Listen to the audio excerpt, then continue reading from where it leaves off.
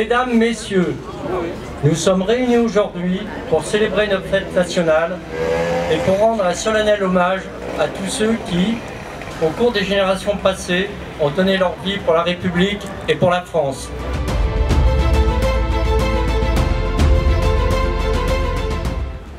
Mesdames et messieurs, merci pour votre présence, pour ce moment important dans la vie de notre pays et dans la vie de notre cité.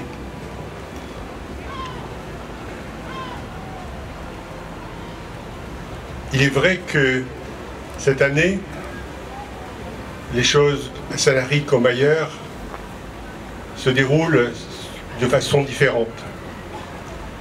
Si je porte un masque aujourd'hui, c'est aussi pour vous dire que la prudence n'est jamais de trop.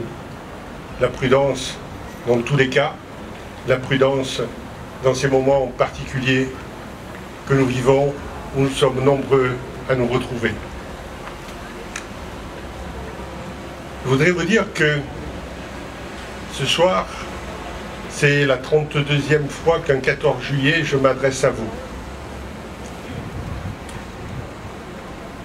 Et au fil du temps, les événements font qu'ils guident les mots que j'ai à vous dire, ou en tous les cas les mots que je me dois de vous dire. Nous sommes dans une république, liberté, égalité, fraternité. Je voudrais que vous qui m'écoutez, avec moi, avec d'autres, nous tous, nous participions davantage à la réflexion sur ce mot fraternité. J'entends, je vois des choses qui me perturbent énormément. Je vois de la violence, je vois de l'incompréhension, je vois de la haine. Et ce n'est pas ce que nous devons donner comme image à notre pays. La fraternité, pourtant, nous en avons toujours eu besoin. Et nous en avons toujours besoin. Au fil de l'histoire, mais aussi au fil des événements. Quand j'entends certains propos, je me dis, mais ces hommes et ces femmes qui tiennent de tels propos se rendent-ils compte que, à tout moment, ils peuvent avoir besoin d'une main tendue?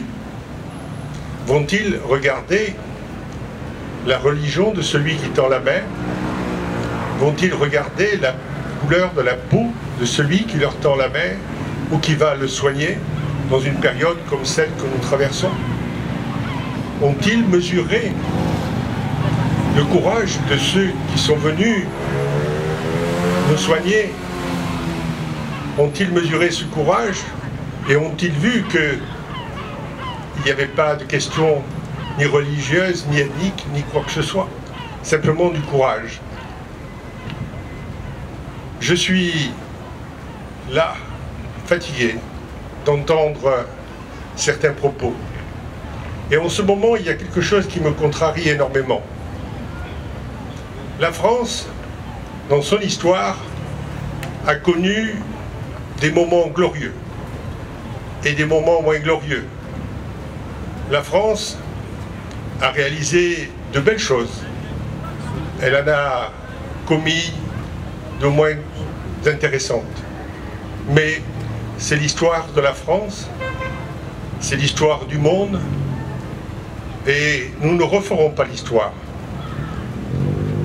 Que des événements les moins glorieux, que des événements qui nous honorent le moins dans notre histoire, nous en tirions les enseignements qui s'imposent. Que nous fassions en sorte qu'à l'avenir, tout cela ne se reproduise plus. C'est une chose. Mais quand j'entends certaines personnes nous dire qu'il faut déboulonner certaines statues, quand j'entends certaines personnes qui nous disent il faut faire repentance pour ceci et repentance pour cela, je leur dis écoutez, écoutez-moi bien, il y a un proverbe qui dit Quand le sage montre la lune, l'imbécile ne voit que le doigt. Alors, au lieu de regarder l'histoire et vouloir la réécrire, ouvrez les yeux sur ce qui se passe sur notre planète. Regardez des Africains transformés en esclaves en Libye et ailleurs. Regardez les chrétiens d'Orient massacrés. Alors, si vous voulez faire preuve d'action positive, alors battez-vous pour que cela cesse. Vous savez quelle est la différence qu'il y a entre parler de l'histoire et poser des actes pour défendre ceux qui sont opprimés de nos jours? La différence, c'est le courage. Pour critiquer, il suffit d'avoir une langue ou un stylo. Pour poser des actes, il faut du courage. Alors j'invite toutes celles et tous ceux qui veulent réécrire l'histoire de s'appliquer à écrire l'histoire contemporaine de telle façon que demain, on ne nous montre pas du doigt. Voilà ce qui m'horripile en ce moment. Alors, je voudrais dire que les temps sont compliqués, les temps sont difficiles. Vous vous rendez compte? Nous nous réunissons un 14 juillet sous la protection des hommes de l'opération Sentinelle, qu'il faut remercier et qu'il faut saluer par des applaudissements.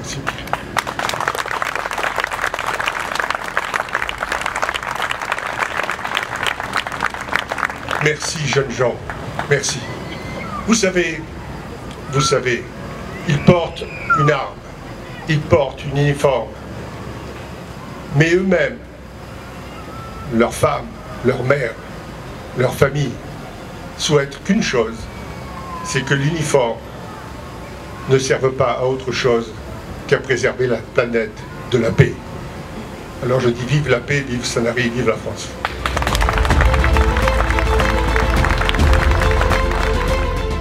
Enfants de la patrie, le jour de gloire est arrivé. Contre nous de la tyrannie, l'étendard sanglant élevé, l'étendard sanglant élevé. Entendez-vous dans nos campagnes mugir ces féroces soldats? Ils viennent jusque dans vos bras, égorger